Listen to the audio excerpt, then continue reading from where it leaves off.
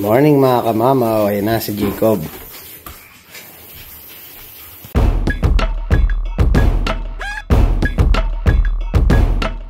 Ayan na si Jacob at ito yung na ano pa yung mata ko at yung mga aso pinuya tayo kaninang madaling araw. Instead na 9 o'clock ako gigising, 6 o'clock pa lang gigising na ako. So ay mga kamamaw, kamusta na kayo? At ako'y medyo medyo nagbisi-bisi si kamamaw. Natin yung baby natin yan. Allergy na naman sa leeg. Yan mga kamamaw. Yun ang baby natin ngayon yung sino magabantay sa iyo? Yung mga dog. So yung mga kamamaw, punta lang ako at naubusan na naman ng gatas at may mga bibilin din tayo na pambaon para din na magluto na ang laki na si Jacob sa April 25 is 1 year old na siya. Ang bilis ng panahon, di ba mga kamamo? So, ayan. Mga kamamo, ayan. Usapan ka na naman to. Kwentuhan na naman tayo ng buhay Canada. Yung teamwork pa namin, isi-share ko sa inyo yung teamwork na napag-usapan namin kahit hindi pa nangyayari yun. May mga usapan na kami paano ba yung gagawin namin pag-aalaga kay Jacob. Dahil first time ko ding nagka-baby dito sa Canada. So, syempre, kakaibang adjustment period time yung maano natin dito, ma-experience natin. At the same time, may share natin sa mga manonood. Ang kape na. And syempre, ubusin ko muna itong kape ko, tuloy natin yung kwentuhan. Yan ko napapasin nyo mga kamamaw. Nag-snow na naman. Kailan kayo matatapos to? Yun nga mga kamamo, napapag-usapan din namin na miss pag bumalik siya sa trabaho. Paano diskarte natin? Kailangan makakuha din si misis ng pang-umagang shift para at least alitan kami, wala na kami problema. Ako mababantay sa umaga, siya sa hapon pagpapasok ako. So ngayon, magiging busy din si kamamo dahil isa lang ang sasakay namin at ako lang yung nagdadrive. So mangyayari, pagpapasok si misis, ihatid ko. Tapos pag uwi, susundin ko. Or may chance na pag si misis may lakad at ako talaga ipapasok sa hapon, susunduin ko yung panganay namin si Bless, susunduin ko sa school para kasama ko si Jacob para pag nilakad si misis is si Bless mo na magbabantay sa kapatid niya kay Jacob. Napakahirap nito para sa akin mga kamamaw dahil syempre lalo na sa nanay. Ang tagal niyang kasama yung anak niya na siya yung talagang nababantay. Tapos ngayon medyo mawawalay ng konti sa kanya. Hindi rin madali bilang isang magulang o bilang nanay pag nakasalayan. So, ang point is, kami na lang naman dito sa Canada. Ilan lang kami, 3 lang kami nandito. Wala naman kami ibang kamag-anak. Kaya hindi rin biro para sa amin, lalo na rin sa akin na naninibago rin ako. Di ako sanay ng, kumbaga hindi sanay. Pero syempre handa naman tayo sa mga ganyang sitwasyon. Kumbaga iniisip ko lang na parang from dito dati na ganito yung ginagawa namin na parang hindi ganun kahirap sa schedule. Even doon sa nag-alaga kami ng puppies na naman namamanage naman namin ng maayos. Pero syempre iba pa rin pagbata na iniisip din namin syempre kahit kay Ate Bless niya, kahit malaki na si Ate Bless niya, kaya nang mag-alaga ng bata is nag-aaral yung si Bless Yun ang iniisip ko na baka may times na pag si Bless ang nagbantay, syempre yung pag-aaral ng bata ay baka mapabayaan. Kaya kumbaga ang sabi ko na lang din sa amin, nag-uusap kami, nagmi-meeting kami lagi mga kamamaw. Ganun ang way ng pag-uusap namin para magkasundo kami lahat sa bahay. Nagmi-meeting kami na ngayong pagkakataon, saka dumating ang point na gano'n na si mismo kung bumalik ka sa trabaho, mag-teamwork muna tayo dahil wala naman ibang magtutulungan kundi kami din 3. Kaya thank God na rin na si Jacob dumating, naging blessing sa amin ni Kat at nandiyan din yung ate niya kahit pa paano may taga-alalay sa amin. Hindi rin biro kung dalawa lang kami ni Kat dito tapos kay baby Jacob, napakahirap din ang sitwasyon na gano'n. Kaya malaking tulong din na may kasama kaming dalaga na mag-aalaga sa baby namin. Kasi yan, yung gagawin ko, basta ang role ko dyan, basta pagdating ni Bless, kung sakaling alis si mami niya, yung aso, napakain ko na yan, Napa-CR ko lang ng ilang beses. Inong ano ko na hindi na niya masyadong iisipin yung mga alaga namin. So ngayon pa nga naka-on hit pa sera. So gagawin ko, kinukulong ko kasera, hindi ko na talaga, ay sa manakalab sera po yung aso ko po yung American Bully. So sera ngayon, ikukulong ko siya para at least chill lang si Ate Bless niya at hindi siya nakapokus dun sa mga aso dahil yung dalawa pag naligaw, bakit sa taas yun eh, doon nagliligawan eh. So kukulong ko muna sera kasi pag sera nakakulong, tahimik na si Legend. Pag si Legend kasi ang kinulong mo, mas sarap serang ka, nakakulong ka sera, mas relax lang siya pag kinukulong mo siya. Mas gusto niya kinukulong dahil nga kinukulit nga siya ni Legend. So in anyway, nakakaano lang na parang isang, kumbaga bay part ng pagiging pamilya. Pero syempre hindi rin biro na ano na pagdating sa anong oras, sa oras kasi ng trabaho din kasi yun ang inaano namin na syempre pumapasok kami tapos may baby pa tayo, diba? So yun lang iniisip namin. So parang adjustment period lang. So sa kaya kung hindi pa nangyayari o malapit na mangyari, ibig sabihin hanggang di ko pa na-experience, hindi ko pa maano yung pakiramdam. Sa kaya iniisip ko siya, medyo hindi naman nag-worry, medyo nag-ano lang, nag-iisip pa lang konti na paano ba mangyayari gano'n. Iniisip ko lang kung ano mangyayari. Siguro pag na-experience na namin nila misis, ayun, malalaman ko na yung pakiramdam. Gusto ko lang maano yung pakiramdam ng ando na kami sa point na iyon. Kaya nga pinag-uusapan na nga namin yung pag-aalaga. Tapos speaking of pag-aalaga, may mga ano rin dito, yung mga natira natin dati sa nung nag-ano pa ako, nagre-rent pa ako. May mga nang-aalok sa akin na Jerwin kasi si Tita Anita, shoutout kay Tita Anita. Doon ako tumira dati sa kanila. Nung nakita kami nakaraan doon sa Midtown, inalok ako, sabi niya. Kasi nga mahilig sa bata si Tita. Sabi, Jeremy, minsan iwan mo sa akin to. Sabi ko,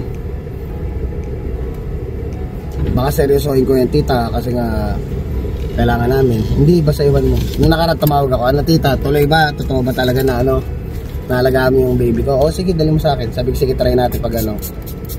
O sakali lang may lakad kami nikat na ano, para hindi rin matagtag yung bata. Daling ko sa'yo. Kahit daling ko sa'yo ng 9 o'clock, tas kunin ko ng mga 1 o'clock, gano'n. Ayun.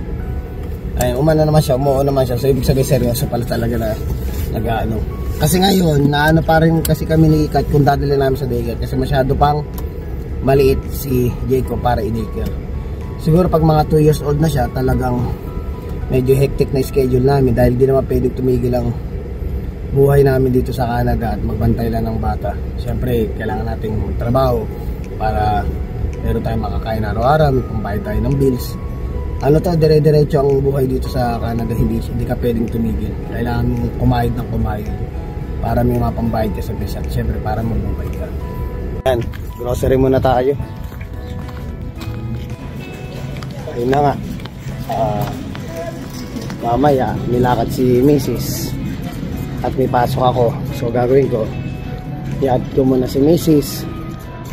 Pag-add ko kay Mrs. Susunduin ko naman sa school si Ate Bless niya. So pag-sundo ko kay Ate Bless, atid ko sila uli sa bahay, tsaka ako papasok. Kaya medyo yung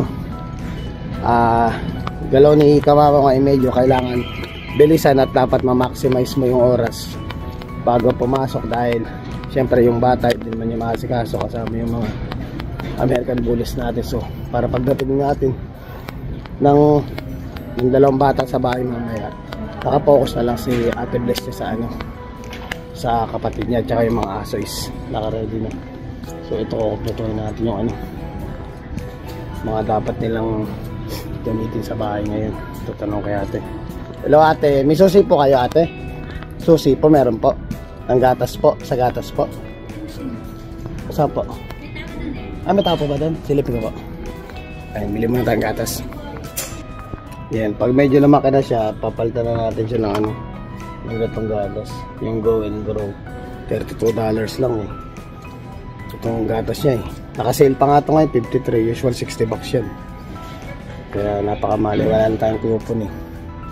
Kumikupon tayo, 49 lang ang babayaran natin. Bili rin ako ng tumbler kasi nabasag na yung tumbler na ginagamit ko sa co-op eh. Yung pangkape lang ba? Ito kay Mrs. sa ano. Ganda. Hanap tayo ng ano.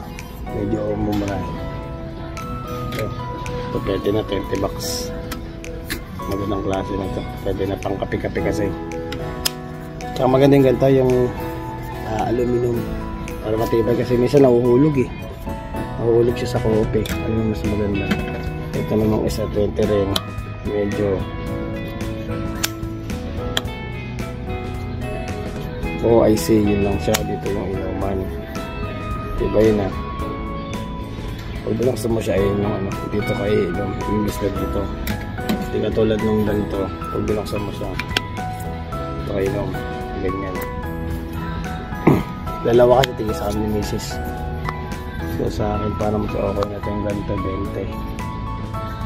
Okay na ito, kunin ko na ito. Yung kay Mrs. ay dalawang maganda. Sa kanya, lagay ng tubig niya. Tumbler ang gusto eh. Baka mamaya hindi ano eh. Tawagan ko muna. Pili na mga kamamaw. Tagal pamili niya eh. Pinapili niya. Gusto niya kasi lagay ng tubig. Malakas mo naman ng tubig yun eh. Kasi ito na lang sa akin. Para handy lang. Kasi yung sa akin sa co-op, ilang beses na nabagsak yun. Kaya wasak na. Even yung takip. Sira na, kaya pag tumatakbo yung jack na sinasakyan ko, tumutulo yung kape. Eh maano pa naman tayo sa kape ngayon dahil alam mo medyo malamig ang panahon, kung painit lang katawan. So palagi akong kumukuha ng kape dun sa ano, sa ano natin, sa cafeteria natin. Buti nga libre na yung kape. Dati yung kape namin dun inulugan mo pa ng barya eh. So ngayon medyo ano na, okay na, mas maganda na yung libre kasi kung nakakailang kape kasi isang araw. Magkano dati ang kape, $2 to $3 yung isang timpla. Eh kung tawag dito, kung aanihin mo yung ano, makakatatlo ka, may $10 kasi isang araw, di ba? Hindi rin biro yung ano na ano. Makabili na nga rin ng manok and roasted chicken para hindi na tayo magluto. Eh, ngayon nilakad si Mrs. eh, kaya talagang wala nang oras eh. So ngayon na, napaliguan niya si Jacob. Yan naman, nakakatawa rin naman kahit pa paano kasi alam mo yung parang nasa-challenge kaming tatlo na lalo na si ate niya. Na-challenge siya na siya mag-aalaga sa kapatid niya mamaya. Biro naman din kasi mag-aalaga din ang bata talaga. Kahit ako, nakakamamaw. Yung pakaramdam ko medyo, kahit bata pa ako, 39 ako, parang alam mo yun, sa sobrang tagal ko lang hindi nag-alaga ng bata, parang naninibago rin si kamamaw. Yung adjustment period ko medyo ano ako eh, parang masanay pa ako magtrabaho ng 12 hours a day kaysa yung babantayan mo yung bata ng parang whole day. Pero syempre anak ko yun, gusto samahan yung bantayan, pero ibig sabihin yung nakakapagod yun, in short na lang. Hindi dahil sa ayaw mo mag-alaga, nakakapagod mga kamamo. Iba yung ano, mabilis ako madrain. Ayun, exactly. Pero syempre, gusto kong kasama yung anak ko yan eh. Inanaano ko lang na parang malakas makadrain ng energy yung pagbabantay sa bata. Sa likod pa naman Jacob na yun eh. Pag hinawakan mo, hindi naman nakatigil yan. Galaw ng galaw yan. Ikot ang ikot ngayon, lalo pa ngayon nakakatayo na. Medyo napapansin namin nakakaano na siya eh, nakakagabay na sa gilid ng playpen niya. So mga susunod yan, nakakabang na yan. Kasi si Jacob sa 25, sa March 25, 11 months na siya. Di ba ang bilis ng panahon? Ganun kabilis ang panahon na hindi namin namalaya na si Jacob from baby lang ang litit pa dati. Ngayon lalakad na, makulit na, nakakaaliw ng ano, nakakaaliw ng laruin dahil nakikipaglaro na siya. Talagang active na siya, even doon sa mga alaga natin. Sinanay ko talaga na sila Herat Jacob, sila Herat Legend is close sila ng mga alaga natin para at least hindi mo iniisip na masakalit tumabi si Jacob doon sa mga aso, walang problema. Tsaka syempre si sinusuklian din tayo ng mga alaga natin ng ano, ng pagmamahal dahil nakita mo naman kung paano natin sila alagaan, di ba? Talagang ganun din yung pagtanggap nila kay Jacob mula nung dumating sila, na parang minahal mo kami, mamahalin ko rin yung baby mo. Yun yung nakikita ko sa mga alaga nating aso. Na, sinagbantay sa'yo, nakaligo na yo. Handa ko na yung kulungan ng mga alaga natin para mamaya set up. Babe kayong dalawa mamaya ah. Sit down. Hi, sit down, sit. Sit down, legend. Makulit eh. Yan. Mag-babe kayo mamaya, babantayin niyo si baby Jacob ha. O ha, babantayin niyo ha. Kayo makulit ha. Tulog yung isa eh. Baka mamaya magising pa. Sabayan ko na habang pinapatulog mo. Sera lalagay ko dito. Nilinis ko naman ito nung nakaraan. Ay, naku.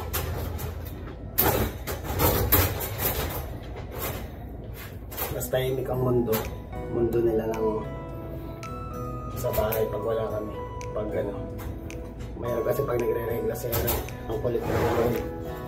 Baka mamaya masalisihan si ano. Masalisihan kami. Mayroon mag-alaga ng ano. Baby kami. Kasi magkapapis. Mag-ano kami. Mata namin. Hindi ko pa kasi napaano sa here. Napatalian o ano ko eh.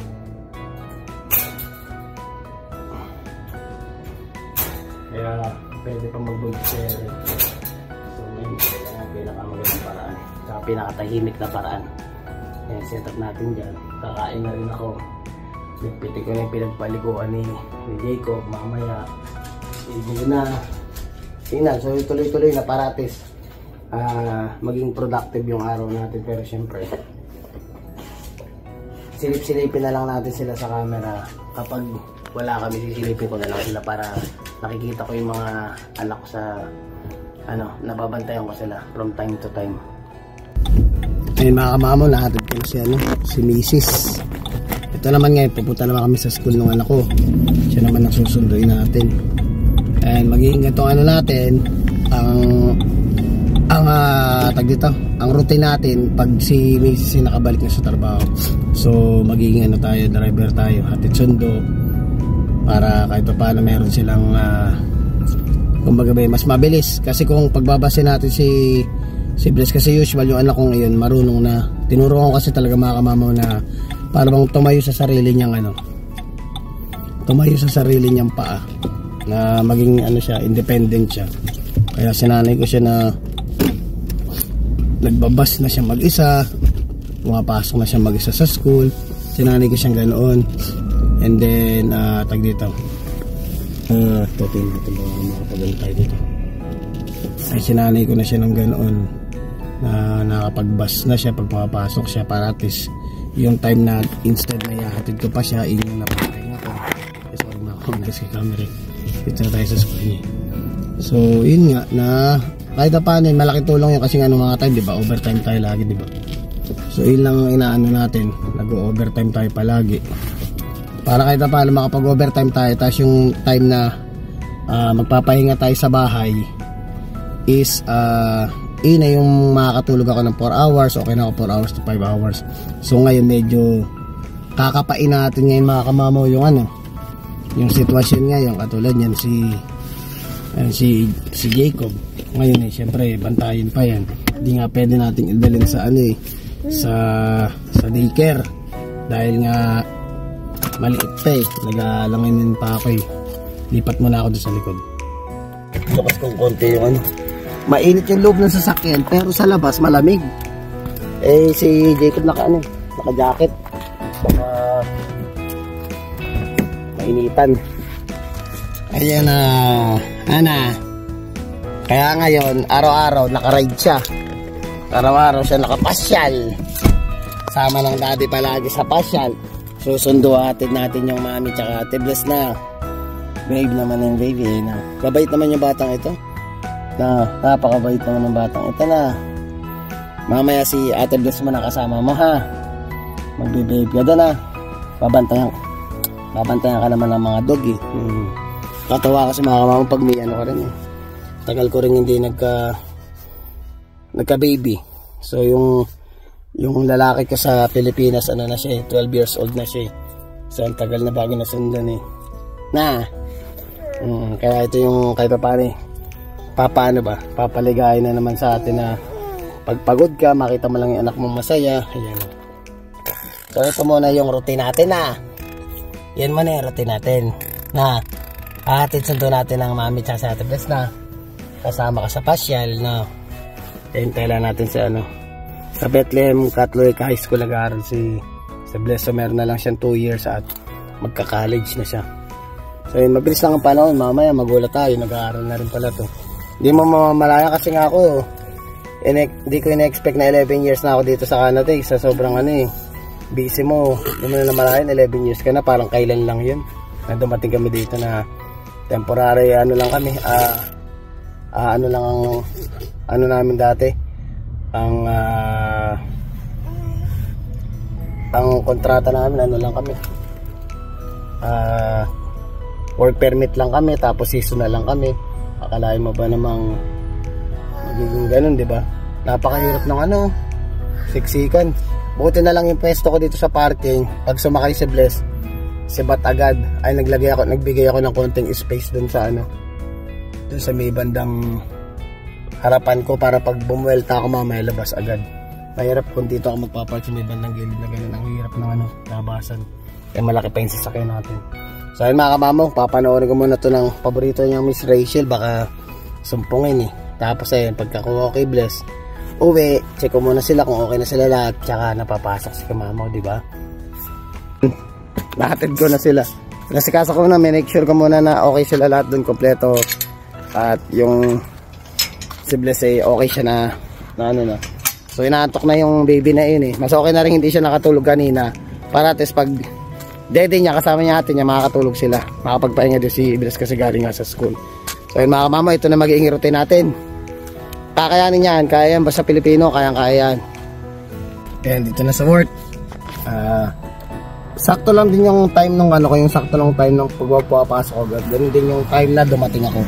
So kasi gusto ko rin talagang pumapasok na medyo ng maaga ng konti para alam mo yung nakapag-relax ng Hindi naman siya yung para bang nahire-ready ko yung katawan ko na mamaya trabaho na. Ayoko nung pagpasok ko, hinahabol ko yung sarili ko sa bandy clock para mag-clock in. Pag clock in mo, simula ka na agad kasi talagang rush ka na kung may kahit pa paano 10 minutes ka na allowance bago ka mag-start, malaking bagay yun So buti kahit pa paano may kaalalay tayo. Ayun, may dalaga tayo. Paano kung dalawa na lang kami ni Kati, paano ba ang mangyayari sa amin dito? Hindi ring biro talaga pag wala kang mag-anak. Wala naman kami makuha sa Pilipinas sa ngayon para mag-alaga dun sa kumbaga kaalinhina namin ni Kat pag yung may pasok kami. Hindi rin kasi pwedeng puro si Kat ay mag-aalaga, si Mrs. Siyempre hindi rin biro kasi talaga ang buhay dito sa Canada mga kamamaw. Talagang kailangan kumayod yung mag-asawa, hindi pwedeng yung asawa lang. Hindi kakayanin, mabibitin ka sa panggastos, tsaka sa siyempre sa gatas, malakas ng dumi. Si Jacob usually every 2 to 3 days bibili ako ng gatas. Magkano rin yung gatas, nakita nyo. Pag hindi tayo nakakuha ng discount, malaking talaga di naman ako makabili minsan ng dalawa dahil nga yung budget ko budgeted lang yung pinapagulong natin pera sa Pero kung talaga may extra, bibili na tayo ng marami, lalo pag natapat na naka-discount kasi malaking bagay din yung $7 sa isang So kung bumili ka ng dalawa, may $14 discount ka na, diba? Kaya malaking bagay din yun Kaya ayun, medyo ngayon ko na sineset up ko na sa utak ko na hindi na ako makakatulog ng mga 5 oras sa isang araw na yung diretsong ganun. Kanina nga may chance ako last chance ko na nga kanina diba kanina pago kasi may lakad si Mrs. Last chance ko na sana kanina makakatulog ng mahaba. Kaso nga lang si Hera, kahit na dinadiaper ko, etong si Legend ay hindi talaga mapakali. Iba talaga yung amoy ng babae amoy ng babaeng aso pag nire-regla. Kaya talagang parang nababaliw yung isa. Kaya likot. So, maraming pag naglikot siya, maraming magigising. Number 1, pag nagising si Jacob, gising kami parehas na misis. Dahil hindi ko na mahayaan si misis na siya ang maghapon ang nagbantay. Tapos siya pa yung mapupuwit sa madaling araw. Kaya minsan pag naano rin ako kay misis ko, pag mabandang alas 3 at nagising si Jacob, kinukuha ko talaga. Matik na yung kinukuha ko na kasi yun yung time na parang kahit pa makaidlip siya ng 2 oras, tapos balik ko sa kanya, tsaka lang ako matutulog. Ay, yung swerte ko, pag uwi ko at tulog yung anak natin, ay makakatulog na ako. Sakto pag yung katulad niya yung kila si Legend, pag si Legend nagkulit, si Legend dun sa bahay, siyempre kakaluskos, magigising yung bata. Kaya panagising yung bata, sigurado na. Kaya ginawa ko, total si Bless lang ang nandun niya, tsaka si Jacob, kinulong ko muna yung isa. Kanina nung hinatid ko si Mrs. sa lakad niya, tsaka si Bless nung sinundo ko, kasama ko si Jacob, si Herang kinulong ko. Ngayon pag uwi ko, sabi ko na lang kay Bless, pag di ka busy, pagpalitin mo sila mamaya. Si Legend naman pakawalan mo, dahil si Legend ang kinulong ko nung bago ako umalis, nung pagkahatid ko sila sa bahay, para kahit paano kasi nakakain na si Legend. Si Hera medyo, yung baby natin yan may pagka para bang kumbaga ba sa bata para na-spoiled ba namin, kaya medyo yan, para hirap ang pakainin. Di katulad ni Legend, kahit iabot mo dyan kakainin, lalo sa tinapay. Yun, kaya ngayon kahit paano kumbaga yung listahan natin ngayong araw mga kamamaw ng gagawin, nagawa naman natin lahat, which is okay. So ngayon ang mangyayari, silip-silipin ko na lang sa camera yung 2 bata para makakita ko yung update kung ano yung ginagawa sa bahay. Sabi ko kay Bless din, pag may kailangan kang tanongin or sakaling may mga tanong ka about kay Jacob, tawag mo kay mami mo para at least mas alam ng mas alam ng nanay yung kung ano yung dapat gawin doon sa anak niya. Kaya sabi ko, magsabi lang siya dun kay Lods! Pero si Kuya babalag tayo Sabi ko sa iyo shoutout ka muna Shoutout Kamamaw. Number 1 Canada. Yeah, sa English yun ay si Kuya Bong. So ayan, kahit pa paano naresolbahan natin yung unang araw natin ng talagang biglaan na nilakad yung isa, papasok ako, sino mag-aalaga sa bata. Buti na lang yung kahit pa paano yung teamwork ba namin as a family nandoon, na kailangan namin magtulungan. At least kahit pa paano yung si Bless, namumulat siya ba lumalaki, kaya maganda pa rin. Bata pa lang, tuturuan nyo na rin yung mga anak nyo, lalo kung sila yung mga panganay sa magkakapatid. Turuan nyo na lang maging independent. Katulad yan, may maaasahan na tayo, may magbabantay na sa bata, malaking bagay yun na namumulat na sa mga pagkakataon. Minsan may times na kailangan natin sila. Pag wala naman, inayaan ko lang siya pag may Bible study nga siya, libangan niya, Bible study siya. Pero pag talagang katong may dating na sinarong gantong sitwasyon, ayun, maasahan natin yung mga anak natin. So ayun mga kamamaw, sana nakarelate kayo sa kwento natin ngayong araw na to, dahil ako ano mo naman, first time ko maging tatay dito sa Canada. And then yung bang about paano mo i-set up yung oras mo, paano mo, marami, kahit sabihin napakasimple, diba? Pero pag first time mo ginawa yung ganung bagay, parang may halong challenging, may halong parang maninibago ka, may halong paano yung gagawin mo, ganun, basta maghalo-halo yan lahat, excitement, challenge, and then syempre responsibility. So yan, maraming salamat sa inyo mga kamamaw. Sana nagustuhan nyo itong vlog. Please don't forget to like, share, subscribe, and hit the notification bell for more updates of my video. See you mga kamamaw.